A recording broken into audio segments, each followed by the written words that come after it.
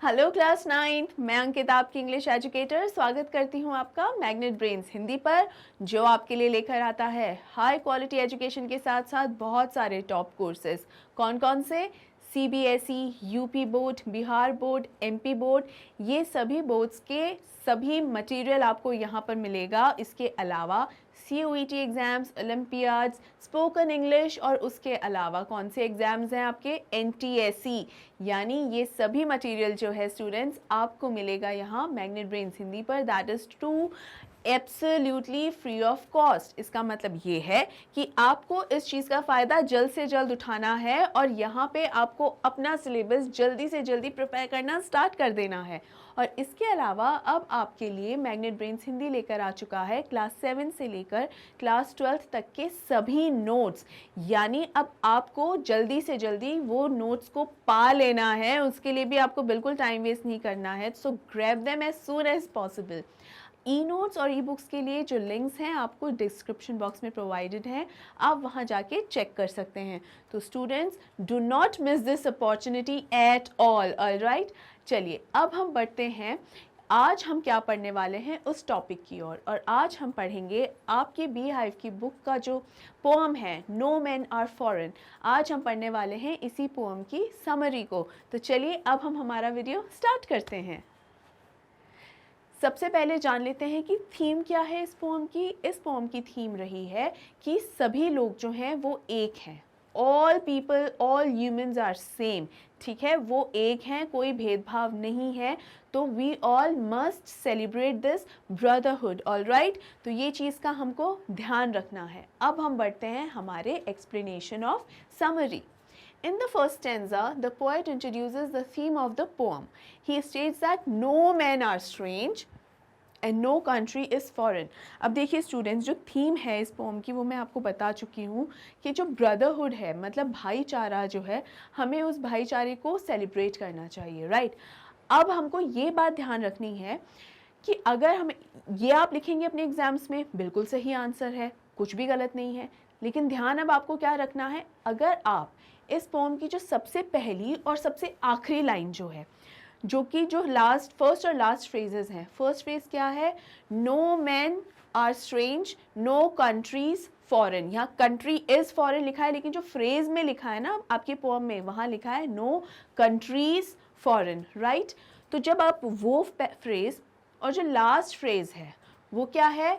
No man is no man foreign, no countries strange. यानी जब आप ये फ्रेजेस, दोनों फ्रेजेस भी अगर लिख देंगे ना, ये इस पोम की पूरी थीम आप बता देगा, एक बार में बता देगा।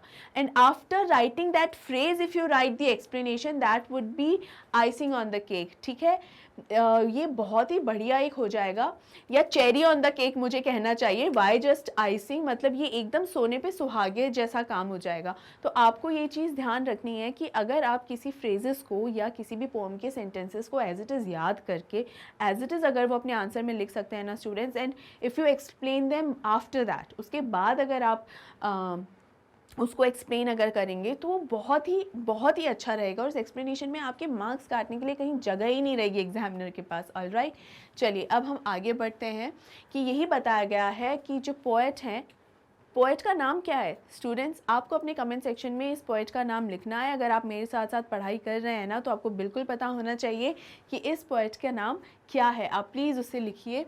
और यहाँ पर वो यही कह रहे हैं कि इस पोएम में कि हर इंसान जो है सेम होता है, अलग अलग नहीं होता है, सब एक ही है। कोई भी देश पराया नहीं है, कोई भी व्यक्ति अनजान नहीं है, सब एक ही है। He says that the body is the same for every individual, only the clothing created by man is different, adding that the earth is also one and whole. ये कहना ये चाह रहे हैं कि हर इंसान का जो शरीर है, जो बनावट है, वो सब एक ही है, अलग नहीं है, कोई भेदभाव नहीं है, सब सेम ही है। सिर्फ फ़र्क क्या है? वो जो कपड़े पहनते हैं उनका, और वो कपड़े यहाँ पर क्या बात की गई है? यूनिफॉर्म्स। यूनिफॉर्म जो हमने अलग अलग कर दी है ना, तो यूनिफॉर्म कैसे अलग है कि उस देश की जो यूनिफॉर्म है अलग है, इस देश की यूनिफॉर्म जो है वो अलग है। और कौन सी यूनिफॉर्म्स की बात कर रहे हैं? ये बात कर रहे हैं हमारे सोल्जर्स की यूनिफॉर्म्स की।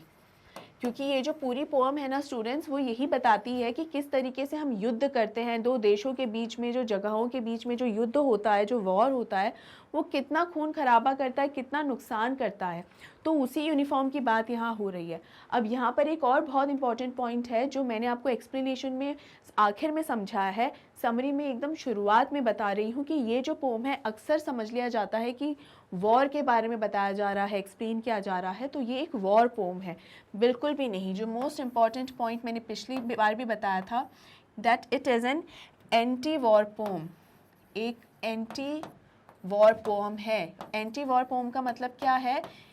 यानी युद्ध की खिलाफत करती है, यानी ये हर वो कारण बताती है ये पोम, या इसके जो पोएट हैं इस पोम के द्वारा हर वो कारण बताते हैं कि क्यों एक युद्ध उचित नहीं है, how a war is not appropriate, या how a war is so against human kind, ठीक है, मैन काइंड। तो यही बताते हैं कि एंटी वॉर पोम है, इसे हमेशा ध्यान रखिए स्टूडेंट्स। ऑल राइट, आगे बढ़ते हैं। यही बताया जा रहा है कि जो कपड़े हैं, जो इंसानों द्वारा ये जो यूनिफॉर्म्स हैं अलग अलग बनाई गई हैं, क्रिएट की गई हैं, अदरवाइज इंसान तो सब एक ही हैं। And adding that earth is also one and whole, यानी पूरी धरती भी एक ही है, कोई भेदभाव नहीं है इस धरती में। जो बॉर्डर्स हैं वो हमने बनाए हैं, ह्यूमन मेड बॉर्डर्स हैं, वो हमने बनाए हैं, भगवान ने नहीं बनाए हैं। The land we walk upon is similar to the land every individual walks upon. The poet stresses the fact that there are no divisions in us. यहाँ पर ये बताया गया है कि जिस धरती पर हम चलते हैं ना, वो एक समान है, यानी हम इस धरती पर हैं, अगर किसी परदेश की जो धरती है वो भी सेम है, इसी धरती का ही हिस्सा है, अलग नहीं है। तो हमें ये भेदभाव नहीं करना है, वो सेम ही है। और इस बात पे पोएट जो है स्ट्रेस देते हैं, इस बात पे पोएट स्ट्रेस देते हैं कि कोई भी डिवीज़न हम में भी नहीं होना चाहिए। हमने जगह में तो डिवीज़न कर दी है और इसी वजह से इंसानों में भी डिवीज़न हो गए हैं, लेकिन वो नहीं होना चाहिए। और ये है इसका हिंदी अनुवाद स्टूडेंट, जिसमें यही बताया गया है कि किस तरीके से ये पोएट हम सभी को ये बात याद दिला रहे हैं बार बार कि हम ही हैं। ये जो डिफरेंसेस जो आ गए हैं ना, चाहे वो डिफरेंसेस बॉर्डर्स में हो, चाहे यूनिफॉर्म्स में हो, चाहे रंग भेद हो, जाति समाज, किसी भी तरीके का जो भेदभाव है, जो डिस्क्रिमिनेशन है, वो सिर्फ मानव का बनाया गया है, यानी ह्यूमन मेड है, इंसान ने बनाया है। वो कभी भी भगवान ने या नेचुरली वो नहीं बना है ना। तो यही है, और इसीलिए हमें समझना चाहिए कि हम हमारी भूमि को, जिसे माँ कहते हैं, माँ का दर्जा देते हैं, उस भूमि को, उस धरती को हमें इस तरह से बांटना नहीं चाहिए। और इसी तरह से जो हम लोगों को बांट देते हैं, हमें वो नहीं करना चाहिए। ओके, अब हम बढ़ते हैं हमारे अगले स्टैंजा की ओर, जो कि हमें बताता है क्या, कि poem stresses mother nature. Mother nature यानी प्रकृति क्या है स्टूडेंट्स? प्रकृति हमारी माँ ही तो है। तो प्रकृति के बारे में बताता है कि कितनी ज़्यादा, क्योंकि प्रकृति हमें बहुत कुछ देती है और निस्वार्थ देती है, लेकिन समस्या ये है कि हम उस निस्वार्थ भाव का कभी भी सम्मान नहीं रख पाते, हम कभी भी उस चीज़ को रिस्पेक्ट नहीं दे पाते और बहुत ही फॉर ग्रांटेड लेने लग जाते हैं कि हाँ, इनसे तो हमें ये तो मिलना ही चाहिए हमें। नो, वाई, क्यों मिलना चाहिए? ऐसा नहीं है। प्रकृति हमें बहुत कुछ देती है, तो we must respect those natural resources, we must not waste those resources, right. हमें उनका रिस्पेक्ट करना चाहिए, उनको सम्मान करके उनको सही तरीके से उसका यूसेज करना चाहिए। सही यूसेज करेंगे, वेस्ट नहीं करेंगे, वही सम्मान है। Alright, The poet says that Mother Nature doesn't discriminate and has provided each individual with the same harvest to keep us alive and well. इसका यही मतलब है स्टूडेंट्स कि प्रकृति जो है वो सबको एक समान देती है। ऐसा नहीं है कि सूरज कहता है मैं यहाँ से तो उगूंगा क्योंकि यहाँ पर ये लोग हैं, तो इनके यहाँ इस जगह से तो मैं उगूंगा, बट मैं उस जगह से नहीं उगूंगा। No, I will not go for those, I will not provide my son raise to those people. क्या ऐसा होता है? नहीं, ऐसा नहीं होता। भले ही जो सूरज है उसकी दिशा एक है, पूरब दिशा जहाँ से वो उगता है वो दिशा एक है, लेकिन वो उसकी जो किरणें होती हैं वो सबको एक समान मिलती हैं, एक जैसी मिलती हैं, है ना। तो ये भेदभाव नहीं है कि इसे कम इसे ज़्यादा, ये और जाति के बेसिस पे या कंट्री के बेसिस पे ये भेदभाव नहीं होता है ना। सबके लिए जो ऑक्सीजन है वो समान है। ऐसा नहीं है कि आप कहीं जाएं, ये मैंने एक्सप्लेनेशन के दौरान भी बताया था कि ऐसा बिल्कुल नहीं है कि आप किसी फॉरेन कंट्री में अगर जाने की सोच रहे हैं तो आपको वहाँ पर अपने ऑक्सीजन का भी बंदोबस्त करना पड़ेगा कि अपने बैगेजेस के साथ आपको ना एक ऑक्सीजन सिलेंडर भी बांध कर लेकर जाना पड़ रहा है कि वहाँ हमें ज़रूरत पड़ने वाली है। तो ऐसा नहीं होता है। तो इसीलिए हम ये ध्यान रखें कि everything the nature that provides us everything, it is same for all of us. Poet adds that we also get our equal share of land, sunlight and air. Peaceful farmers feed us, and during winters when there is war and death, each one of us suffers together. The poet aims at showing us that we suffer and prosper together. इसका मतलब ये है कि जो खेती हम करते हैं, जो मेहनत हम करते हैं, जो फसल हम उगाते हैं, जितनी मेहनत हमें लगती है उतनी ही मेहनत उन लोगों को लगती है जो सरहद के उस पार है। जो युद्ध में जो हम खोते हैं वो सरहद के उस पार के जो लोग हैं वो भी उतना ही खोते हैं। जो मेहनत हम करते हैं उन्हें भी उतनी ही मेहनत करनी पड़ती है, और जैसे हाथ हमारे ठिठुरते हैं ठंड में, उनके हाथ भी उसी तरीके से ठंड में ठिठुरते हैं। इसका मतलब यही है कि वो और हम एक हैं, लेकिन फिर भी लड़ते हैं और फिर भी युद्ध करते हैं। तो यहाँ हम इसका जो हिंदी अनुवाद है वो भी एक बार पढ़ लेते हैं कि ज़मीन, धूप और हवा में अपना बराबर का हिस्सा मिलता है हम सभी को, और शांतिपूर्ण किसान हमें खाना खिलाते हैं, और सर्दियों के दौरान जब युद्ध और मृत्यु होती है तो हम में से प्रत्येक एक साथ पीड़ित होता है। कवि का लक्ष्य हमें यह दिखाना है कि हम एक साथ कष्ट सहते हैं और समृद्ध होते हैं। यानी हम जब खेती करते हैं, अनाज उगाते हैं, तो वो समृद्धता या प्रॉस्पेरिटी का ही तो एक सिंबल है, उसी की ही निशानी है। तो हम समृद्ध भी एक साथ होते हैं कि अगर हम खेती कर रहे हैं और वो भी खेती ही कर रहे हैं तो हम समृद्ध हो रहे हैं, लेकिन जब हम युद्ध कर रहे हैं, मौतें हो रही हैं, लोग मर रहे हैं, तो हम दोनों का जो नुकसान है और वो जो कष्ट है वो भी सेम है, और वो भी हम एक साथ ही सहते हैं, कोई उसमें अंतर नहीं है। आगे बढ़ते हैं। This stanza deals with love. The poet urges the reader to remember that we have similar features that perform a similar function. How then can we be different? He says, apart from physical similarities, we also have emotional strength which can be won by love. इसका ये मतलब है students कि इस stanza में बताया गया है, लव के बारे में ज़्यादा इसको हाईलाइट किया गया है कि स्ट्रेंथ, लव से जितना एक स्ट्रेंथ आती है उतनी स्ट्रेंथ लड़कर नहीं आती।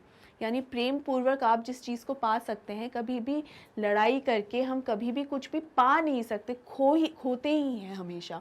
तो इसलिए हमें ये याद रखना चाहिए एक सिमिलर फीचर के बारे में। किस फीचर के बारे में बात हो रही है यहाँ पर? आइज़, ठीक है, आँखों के बारे में बात हो रही है। यहाँ बताया गया है कि जैसे उनकी दो आँखें हैं, हमारी भी दो आँखें हैं। सोते समय आँखें खुल जाती हैं और जागते समय आँखें खुल जाती हैं, और सोते समय आँखें बंद हो जाती हैं। तो यानी सेम ही है, राइट। तो इसका मतलब ये है कि हमारे फीचर्स भी सेम है, आँख, कान, नाक, मुँह सब सेम ही है, कुछ अलग नहीं है, और उनका फंक्शन भी एक ही है। ऐसा नहीं है कि जैसे हम आँखों से देखते हैं वो कानों से देखते हैं, ऐसा नहीं है। आँखों से सुनेंगे और आँखों से उधर देखेंगे, ऐसा नहीं है। सेम ही फंक्शनिंग है। और ये फिज़िकल ही सिमिलैरिटीज़ नहीं है, मतलब सिर्फ शारीरिक रूप से नहीं है सिमिलैरिटीज़, हमारी इमोशनल स्ट्रेंथ की भी बात यहाँ हो रही है। यानी हमारी भावनात्मक जो भावनाएं जो हमारी होती हैं, इमोशंस होते हैं, फीलिंग्स होते हैं। जब कुछ बुरा लगता है तो हमको बुरा लगता है, जब कुछ भी चोट लगती है तो हमें तकलीफ़ होती है, हम रोते हैं तो आंसू निकलते हैं। ऐसा कहाँ होता है कि अगर कोई हंस रहा है या कोई रो रहा है तो उसके आंसू ना निकलते हों? आंसू भी निकलते हैं। ये बहुत ही एक नेचुरल फिनोमेना है, नेचुरल एस्पेक्ट है, राइट। तो ये होता है, तो it's something very normal and common for all of us. He advises love as a remedy for war. यानी जो युद्ध होता है उसे एकमात्र तरीके से हल किया जा सकता है, और वो है लव। यानी प्रेम पूर्वक हम युद्ध का भी कोई हल निकाल सकते हैं। He also asks the reader to remember that each land, whether we have visited it with our own eyes or not, has life. यानी इसका ये मतलब है कि हर धरती, भले ही उसे हमने देखा हो या ना देखा हो, भले ही हम वहाँ गए हों या ना गए हों, उस धरती पे भी जीवन है। इसका क्या मतलब है? धरती पर जीवन होने का क्या मतलब है? इसका ये मतलब है कि धरती जिंदा है का मतलब है कि वहाँ पर भी अनाज उपजता है। हर चीज़ में एक लाइफ होती है, हर चीज़ का एक यूज़ जो होता है वो यूज़ भी उसको वो लाइफ को ही बताता है है ना। तो वो लाइफ को, उस चीज़ का उपयोग अगर हम नहीं कर पा रहे तो कहीं ना कहीं उस चीज़ की लाइफ को ही हम ख़त्म कर रहे हैं, है ना। तो ये ध्यान रखना हमें बहुत ज़रूरी है कि हम हर चीज़ का सम्मान करें। लड़ाई झगड़ा करके हम इंसानों को भी ख़त्म कर रहे हैं, उन चीज़ों को भी ख़त्म कर रहे हैं, तो हर चीज़ की कहीं ना कहीं हमारी वजह से डेथ हो रही है, डैमेज हो रहा है। Life springs in every corner of the earth. These lovely things want to live and strive and laugh. They do not wish for war or death. The poet urges us to understand and recognize this. अब हम लोग ज़्यादा value नहीं करते हैं हर, जैसे फूल पत्ती है तो हम क्या सोच के बैठ जाते हैं, हाँ ठीक है एक फूल है, अभी टूट गया हमसे तो क्या है, दूसरा उगाएगा। लेकिन ये तरीका नहीं है, ये सलीका नहीं है। तरीका ये होता है कि हर चीज़ की एक वैल्यू है। अगर कोई चीज़ एग्जिस्ट करती है तो उसकी एक वैल्यू होती है, और उस वैल्यू को हमें इम्पोर्टेंस देनी होती है, इज़्ज़त देनी होती है। क्योंकि हम अगर उसे डैमेज करेंगे किसी भी तरीके से, तो हम जो भी देंगे ना प्रकृति को, रिटर्न में हमें वही मिलता है। And this is the truth and this is the fact. तो इसलिए हमें ये ध्यान रखना बहुत ज़्यादा ज़रूरी है स्टूडेंट्स, कि हम डैमेज या र्यून ना करें किसी भी चीज़ को, कभी भी किसी भी चीज़ का हम नुकसान ना होने दें, राइट। तो ये बात हमको समझना बहुत ही ज़्यादा ज़रूरी है, बहुत ही ज़्यादा अंडरस्टैंडिंग की ज़रूरत है। इसका हिंदी अनुवाद देख लेते हैं और समझते हैं कि किस तरह सारी धरती सेम है, और यही कहते हैं कि प्रत्येक भूमि में, चाहे हमने उसे अपनी आँखों से देखा हो या नहीं, वहाँ जीवन है। यानी जीवन, वहाँ पर धरती पे भी जीवन, और वहाँ पे जो इंसान रहते हैं वो भी तो जीवित ही हैं। यानी वहाँ की जो लाइफ है ना, वो भले ही हमने देखा ना हो उन लोगों को, भले ही हम वहाँ के लोगों को जानते ना हो, उससे कोई फ़र्क नहीं पड़ता, लेकिन वो भी हमारी तरह सांस लेते हैं, हमारी तरह लाइफ में जीने के लिए स्ट्रगल करते हैं। तो वो हमारे ही तरह हैं, भले ही हमने उन्हें ना देखा हो, लेकिन हमें पता होना चाहिए कि सेम ही है, there is no difference at all. और ये भी समझना चाहिए इसके साथ साथ कि इस पृथ्वी का, इस भूमि का हर कोना, जिस पर जो कुछ भी है, चाहे कुछ भी उग रहा हो, चाहे एक पत्थर ही क्यों ना हो, वो सब नेचुरल या प्रकृति का हिस्सा है, नेचर का हिस्सा है। उसको हम इंसल्ट नहीं करना चाहिए, उसका हमको कभी भी इस तरीके से ये नहीं समझना चाहिए कि इसका तो क्या ही यूसेज होगा। नहीं, ऐसा नहीं है। हमें समझना चाहिए कि एवरीथिंग इज़ इम्पोर्टेंट। बस वॉर जो है ना, लेकिन हम सबसे ज़्यादा ध्यान वॉर पर देते हैं, युद्ध पर हमें ध्यान देना ज़्यादा सही लगता है, जो कि सबसे ज़्यादा गलत है। युद्ध नहीं, जो प्रकृति ने हमें दिया है, नेचर या मदर नेचर ने हमें जो दिया है, उसका सम्मान करना चाहिए, उसका वैल्यू समझना चाहिए, वर्थ समझना चाहिए। That is most important. Stanza 4 में है, the poet urges us to always remember that we are one and can not be divided. हमको ये समझना चाहिए, पोएट भी यही बोल रहे हैं कि ये पता होना चाहिए, समझाने की कोशिश कर रहे हैं कि हम एक हैं और हमें किसी भी तरह विभाजित नहीं होना है, और हमें भी कुछ ऐसी हरकत नहीं करनी चाहिए जिसकी वजह से विभाजन हो जाए। He states that whenever we are told to condemn a certain person or country, it is us who makes a choice. यानी जब भी हमें कोई कहता है कि वो पराया है, वो व्यक्ति हमसे पराया है, वो हमारे समाज या प्रांत का नहीं है, या वो देश हमसे पराया है, वो हमारे देश का नहीं है, वो तो किसी दूसरे मुल्क का है, लेकिन उसके बाद जो एक्शन हम लेते हैं, भाई हमें किसी कोई कुछ कह रहा है वो तो ठीक है, लेकिन हमें उसकी बात माननी चाहिए या नहीं, वो डिसीजन तो हमारा ही होगा। तो अगर हम उसकी बात मान के और सामने वाले को वाकई में अनजान या पराया, परदेसी मान के व्यवहार करते हैं और उसके साथ धोखाधड़ी करते हैं, छल कपट करते हैं, तो इसका मतलब ये है कि हम हमारे ही साथ वो छल कपट कर रहे हैं। क्यों? क्योंकि वो व्यक्ति अलग नहीं है जिसके साथ हम धोखा कर रहे हैं, जिसे हम कंडेम कर रहे हैं, वो अलग नहीं है, वो व्यक्ति हमारा ही एक हिस्सा है कहीं ना कहीं। क्यों? क्योंकि हम सब एक हैं। हमने अपनी झूठी चीज़ों की, झूठी शान की वजह से अलग अलग प्रांत बना दिए हैं और अलग अलग जगहें बना दी हैं, जिनकी वजह से हम सबको अलग अलग देखने लगे हैं, लेकिन अलग अलग हैं नहीं, एक ही हैं। It is us who choose to pick up the arms. We should remember that killing another human being is not the solution to our problems. क्या मतलब है इसका? इसका यही मतलब है कि हम सोचते हैं, हम समझते हैं कि जो यहाँ आर्म्स का कहीं ना कहीं मतलब स्टूडेंट्स वेपन्स है, ठीक है, वेपन्स। किसी पर हाथ उठा लेना या किसी पर हथियार उठा लेना is one and the same thing. Right, challenging the other person. तो यहाँ पर आर्म्स उठा लेने का मतलब है एम्यूनिशंस या हथियार उठा लिया, ठीक है। तो यहाँ पर ये बताया गया है कि हम जब हथियार उठाते हैं तो वो हमारे हाथ होते हैं और हमारा दिमाग का फैसला होता है कि हमें ये हथियार उठाना है। हम कभी किसी और को ब्लेम नहीं कर सकते कि उसने हमें उकसाया या उसने हमें ये कहा इसलिए हमने कर लिया, नहीं। कोई हमें उकसा रहा है, कोई हमें क्या बोल रहा है, उस पर ध्यान देने की बजाय हमें ये ध्यान देना चाहिए कि हमें क्या करना है। हमारा ब्रेन हमारे अकॉर्डिंग काम करना चाहिए, किसी दूसरे के प्रोवोक करने के अकॉर्डिंग नहीं। तो ये हमें ध्यान देने की ज़रूरत है। And we should remember that killing another human being is not the solution to our problem. किसी इंसान को जान से मार देने से किसी प्रॉब्लम का सोल्यूशन नहीं निकल सकता है। सोल्यूशन तब निकलेगा कि जब हम एक सही रास्ता या सही करेक्ट अप्रोच अपनाएंगे।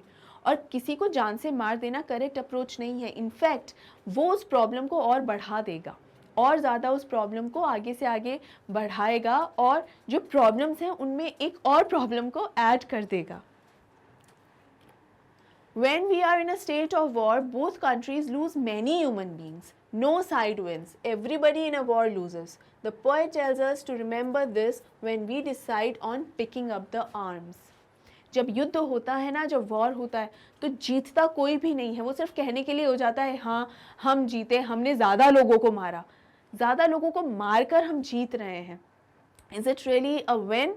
No, it is not. It is only a loss. लोगों को खो रहे हैं, जाने खो रहे हैं, इतना ज़्यादा जो प्रॉपर्टीज़ का खोना, आप ये मान लीजिए लैंड एकदम बैरन लैंड हो जाती है, क्योंकि जहाँ पर इतनी गोलाबारी होती है, जहाँ इतनी मारकाट होती है, वो जगह फिर उपजाऊ नहीं रहती।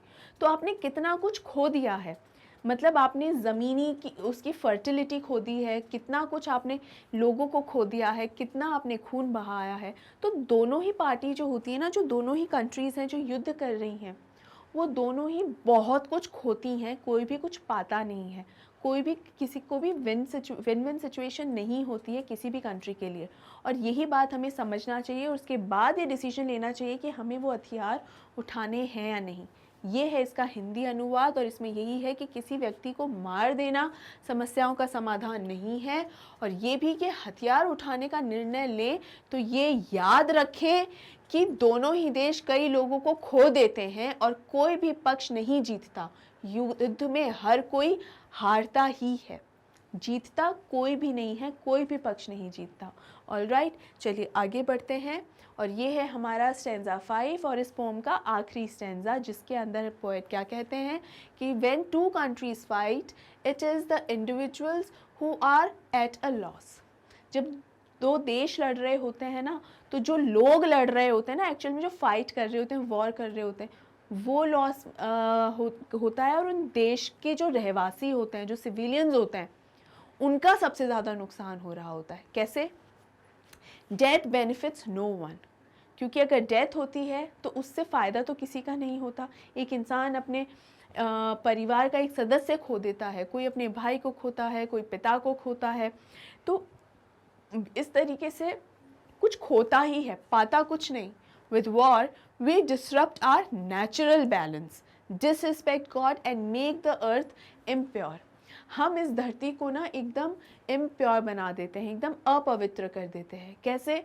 क्योंकि हम एक नेचुरल बैलेंस जो है उसे बिगाड़ रहे हैं। देखिए, जन्म लेना और मरना ये एक नेचुरल प्रक्रिया होती है। इस नेचुरल प्रक्रिया को अगर हम मर्डर करके तो वो कहीं ना कहीं बैलेंस बिगाड़ती है।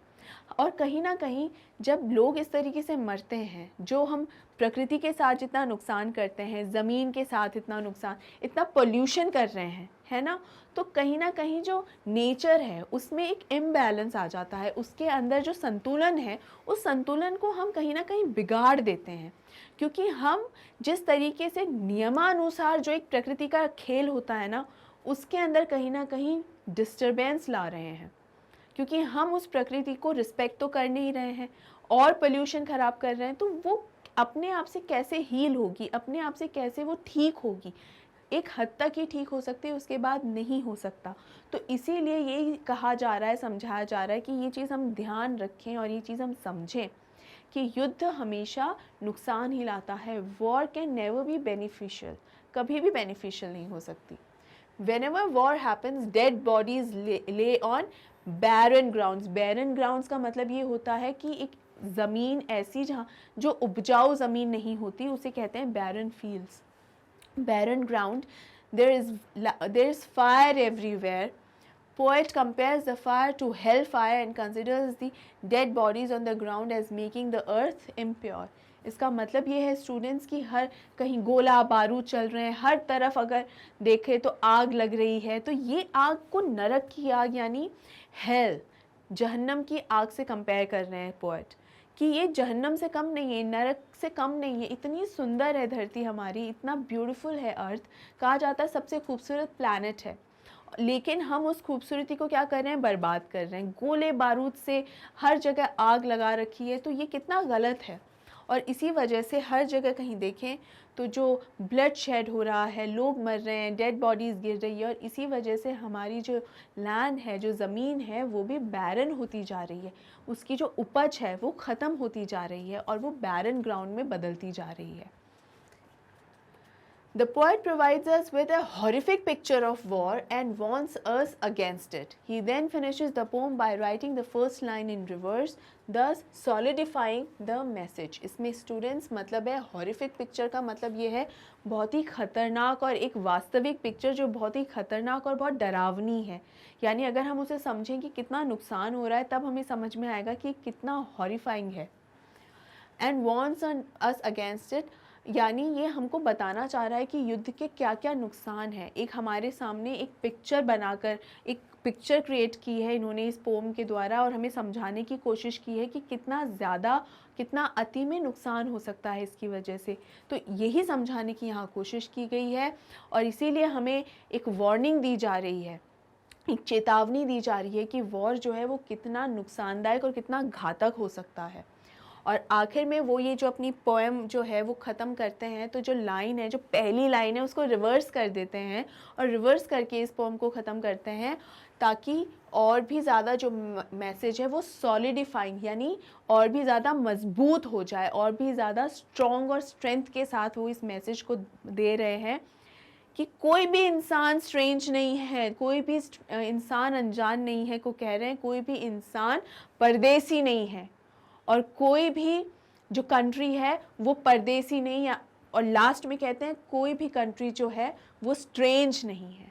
तो ये जो रिवर्स ऑफ लाइन है ना, ये बहुत मायने रखती है इस पोम के अंदर। इस चीज़ का भी आपको खासा ख्याल रखना है।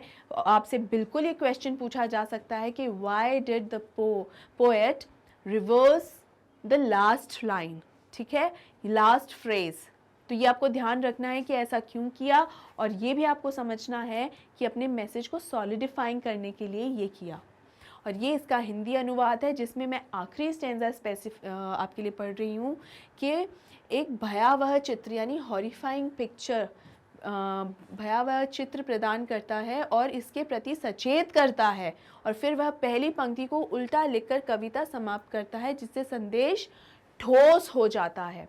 तो आई होप स्टूडेंट्स आपको ये जो मीनिंग है वो अच्छे से समझ में आ गया हो। और अब कुछ इम्पॉर्टेंट पॉइंट्स और हैं जो मैं आपको इस पोम के बताती हूँ। देखिए, सबसे पहला पॉइंट क्या है, ये मैंने आपको इस वीडियो के शुरुआत में भी बताया था कि ये एक एंटी वॉर पोम है। बेटा एक्सप्लेनेशन में भी कई बार बता चुकी हूँ, यहाँ पर भी दूसरी बार ही बता रही हूँ कि एंटी वॉर पोम है। तो इससे ये समझ जाओ कि ये पॉइंट कितना ज़्यादा इम्पोर्टेंट होगा, ठीक है। दूसरा, डीकॉलोनाइजेशन। डीकॉलोनाइजेशन सेलिब्रेशन, यानी ये जो पोएम है ना, ये जो पोएम है इट सेलिब्रेट्स द डीकॉलोनाइजेशन, ठीक है। तो सेलिब्रेट्स द डीकॉलोनाइजेशन का मतलब क्या होता है, डीकॉलोनाइजेशन क्या है। देखिए, कॉलोनाइजेशन पहले आप जल्दी से समझ लीजिए। कॉलोनाइजेशन का बेसिकली मतलब होता है जब ब्रिटिशर्स का राज था तो वो राज करने को ही कॉलोनाइजेशन कहा जाता है। जब वो राज हटने लगा या वो जो रूल था वो हटने लगा ब्रिटिशर्स का, तो मतलब डीकॉलोनाइजेशन होने लगा, ठीक है। एक इंडिपेंडेंस जब आने लगी और इस कॉलोनाइजेशन से जब फ्री होने लगे तो उसे कहते हैं डीकॉलोनाइजेशन। अब ये डीकॉलोनाइजेशन आया किस किस वजह से था। देखिए, जो लोग थे ना, ये 1940s में लिखी हुई है ये पोम, 1940s के दौरान लिखी गई है, और ये वो टाइम था जब वर्ल्ड वॉर टू जो था ना, वर्ल्ड वॉर टू जो था वो एंड होने पर आया था। और कब एंड हुआ था वर्ल्ड वॉर टू? 1939 से शुरू होके 1944 में ये एंड हो गया था, ठीक है। तो इसी दौरान ये लिखी गई थी। तो वर्ल्ड वॉर टू भी इस टाइम पे ना हर जगह युद्ध ही युद्ध छिड़ा हुआ था बेसिकली। तो वर्ल्ड वॉर टू भी हो रहा था, जैसे जैसे वर्ल्ड वॉर टू ख़त्म होने पर आया तब डीकोलोनाइजेशन शुरू हो गया। तो ये बहुत आसानी से तो नहीं हुआ होगा ना, ब्रिटिशर्स बहुत आसानी से तो नहीं चले गए होंगे। हमें इंडिया में ही देख लीजिए, पार्टीशन हुआ था उस समय 1947 के अंदर। पूरी दुनिया में कहीं ना कहीं इस तरीके की ज़ोरदार हलचल चल ही रही थी, कहीं कुछ हो रहा था, कहीं कुछ हो रहा था, राइट। तो यहाँ पर बेसिकली ये होने क्यों लगा था डीकोलोनाइजेशन? बेसिकली होने लगा था कि जो लोकल हैं, जिनके ऊपर ब्रिटिशर्स राज कर रहे हैं, तो वो लोग कहीं ना कहीं अपना अस्तित्व को समझने लगे थे, और वो ये जो रेशियल डिस्क्रिमिनेशन है ना, उसको अंडरस्टैंड करने लग गए थे कि ये जो है वो बहुत ही गलत है। तो यहाँ पर हम आपको, यहाँ पर बेसिकली ये जानना ज़रूरी है कि लोकल्स का ये कहना था, ब्रिटिशर्स क्या कहते थे कि हम गोरे हैं, हम तुमसे सुपीरियर हैं, हम ज़्यादा जानते हैं, आप नहीं जानते, आपका कल्चर हमसे वीक है, ये कह के कि वो सुपीरियर अपने आप को साबित करने में लगे रहते थे।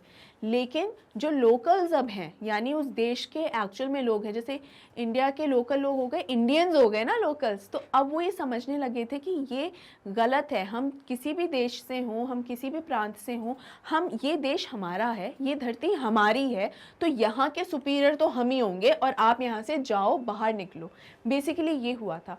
तो ये इसको कहीं ना कहीं सेलिब्रेट किया गया है। तो मैं ये लिखती हूँ सेलिब्रेटिंग, ये जो पोम है, this pome celebrates the decolonisation. अब ये कैसे, ये किसके अगेंस्ट है? It is against racial discrimination. तो रेसिज्म लिख देती हूँ मैं यहाँ पर, ठीक है। रेसिज्म के अगेंस्ट है, और कल्चर, रिलीजन,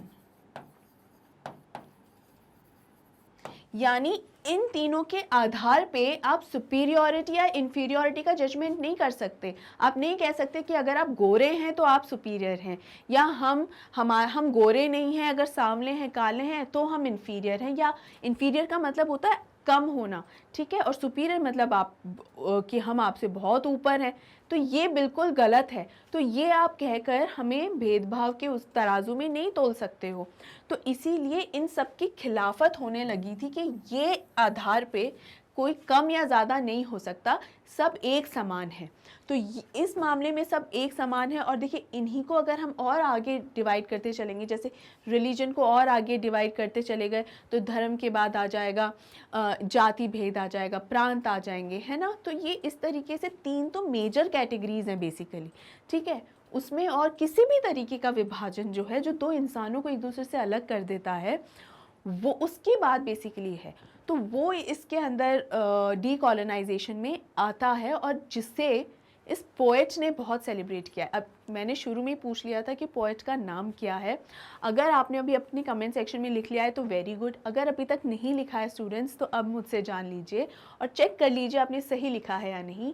जो पोएट का नाम है वो है James Harold Kirkup. All right, I hope आपने यही नाम लिखा होगा, और अगर आपको नाम नहीं पता था स्टूडेंट्स, तो अब आपको पता चल गया है, जेम्स हेरल्ड कर्कअप। और हेरल्ड जो है इनका मिडिल नेम है, जो अक्सर स्किप भी कर दिया जाता है, मतलब लोग सिर्फ इन्हें जेम्स कर्कअप के नाम से ज़्यादा जानते हैं। और इनके पेन नेम्स भी रहे हैं, वो भी बहुत सारे रहे हैं, 10-12 पेन नेम्स इनके रहे हैं। और पेन नेम्स क्या होता है? वो नाम होते हैं जो हम हमारी आइडेंटिटी को छुपाने के लिए जो नाम यूज़ करते हैं, मतलब अपना असली नाम इस्तेमाल ना करके नकली नाम इस्तेमाल करना। इसका मैं आपको एक उदाहरण और दे देती हूँ। जैसे एमिली ब्रॉन्टे एक बहुत ही प्रसिद्ध लेखिका थी, यानी फीमेल राइटर थी वो। उन्होंने, चूँकि पहले के ज़माने में फ़ीमेल राइटर्स को इतना सीरियसली नहीं पढ़ा जाता था, इसीलिए उन्होंने अपना नाम चेंज किया और उन्होंने अपना नाम लिखा एलिस, ठीक है। ये आपके सिलेबस से रिलेटेड तो नहीं है, लेकिन आपकी नॉलेज और इन्फॉर्मेशन से रिलेटेड ज़रूर है स्टूडेंट, क्योंकि पेन नेम का मीनिंग पता होना चाहिए। और ये नाम जो है एक मेल नाम है, ठीक है, क्या नाम है? मेल, यानी आदमी का नाम है। और इसलिए ताकि लोगों फीमेल्स को देखकर उनका नाम पढ़ के ना वो बुक्स नहीं पढ़ा करते थे फिर, कि फीमेल्स में ने लिखी है तो क्यों पढ़ना है, मेल्स को ज़्यादा सीरियसली लिया करते थे। और आज के समय में अगर कोई पेन नेम का इस्तेमाल करता है तो कहीं ना कहीं अपनी आइडेंटिटी छुपाने के लिए, कि वो कंफर्टेबल नहीं है कि लोग जाने कि अच्छा ये बुक तो इसने लिखी है, या और भी बहुत सारे पर्सनल रीजंस हो सकते हैं कि आप अपनी आइडेंटिटी छुपाना चाहें। ये कोई क्वेश्चनेबल चीज़ नहीं है, तो इस वजह से पेन नेम का इस्तेमाल अक्सर किया जाता है। तो देखिए स्टूडेंट्स, ये सारे जो पॉइंट्स हैं वो बहुत इंपॉर्टेंट पॉइंट हैं, स्पेशली इस पोम को लेकर, जिसकी वजह से जो कर्कप ने है ये पोम लिखी और ये समझाने की कोशिश की गई है कि चाहे वॉर छोटी हो या बड़ी, चाहे वर्ल्ड वॉर जितनी बड़ी वॉर हो या आपसी झगड़े हो, कोई सी भी वॉर हो, उसमें कभी भी किसी भी तरीके का फ़ायदा नहीं हो सकता है, हमेशा नुकसान ही होता है।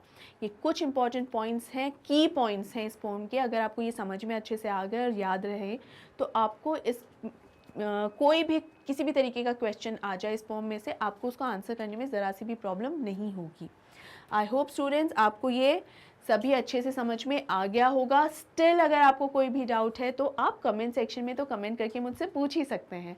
और अब मैं बता दूं कि मैग्नेट ब्रेन्स हिंदी आपके लिए लेकर आता है टॉप क्वालिटी एजुकेशन, और उसके साथ साथ ये सभी courses that is too absolutely free of cost, यानी आपको कुछ पे नहीं करना है इन सब कोर्सेज़ के लिए। सभी कोर्सेज़ हिंदी और इंग्लिश में आपके लिए अवेलेबल हैं, आप ही के लिए है स्टूडेंट्स, तो इसका पूरा भरपूर फ़ायदा उठाइए।